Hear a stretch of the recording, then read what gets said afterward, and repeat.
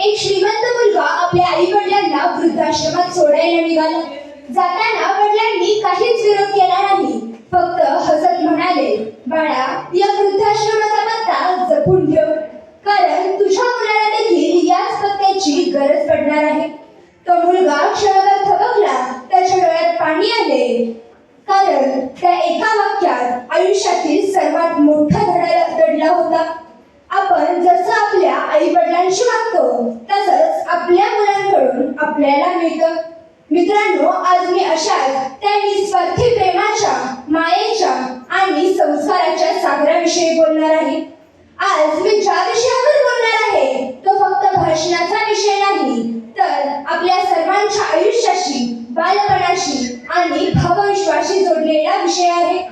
नमस्कार, मी सिद्धिका. आज आपल्या समोर विषय मांडते आजी आजोबांचे आपल्या जीवनातील स्थान. देवाला प्रत्येकाच्या घरी जाता येत नाही, म्हणून त्याने आई वडील दिले आणि आई वडिलांच्या प्रेमाला अनुभवाची जोड देण्यासाठी आजी आजोबा दिले.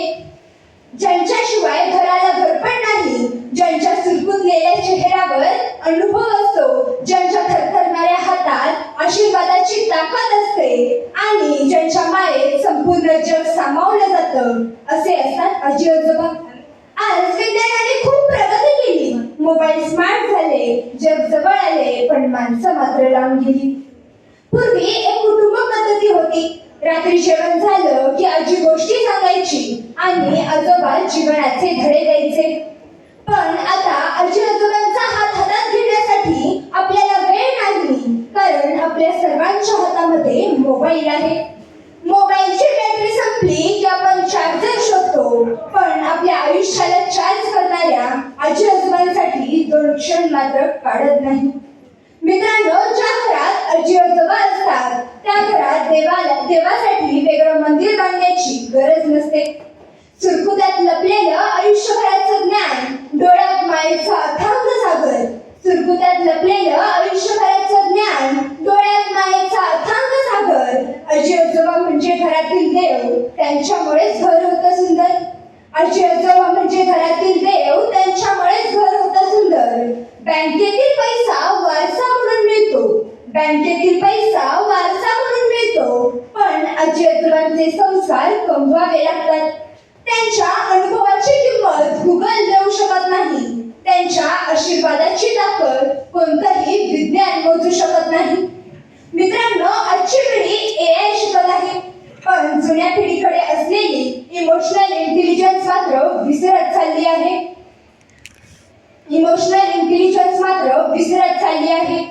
आज प्रश्न फक्त आजी आजोबांचा नाही, तर आपल्या सर्वांच्या कुटुंबाचा आहे.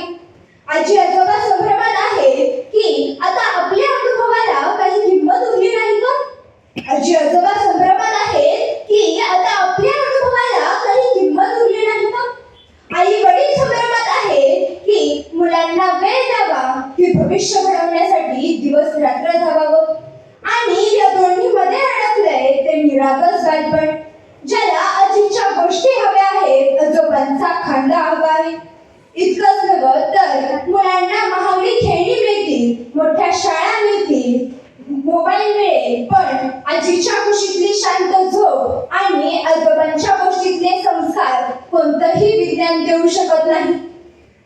म्हणूनच माझी तिन्ही पिढ्यांना एक नम्र विनंती आहे, आजी आजोबांनो नका रुसू या नवीन पिढीवर. आजी आजोबांनो नका रुसू या नवीन पिढीवर, कारण त्यांचं जगणं बदललंय, पण मन मात्र अजूनही प्रेमाचंच भुगलंय. तुमच्या अनुभवाच्या शिदोरीतून संस्काराची वाट त्यांना प्रेमाने दाखवा. आई वडिलांनो फक्त मोठी घरं, मोठी स्वप्न, मोठं भविष्य देऊ नका, तर मुलांच्या हातात यश द्या, पण त्याचबरोबर आजीचा हातही द्या. कारण ज्या मुलांच्या डोक्यावर ज्येष्ठांचा आशीर्वाद असतो त्यांचं आकाश नेहमीच उंच असतं.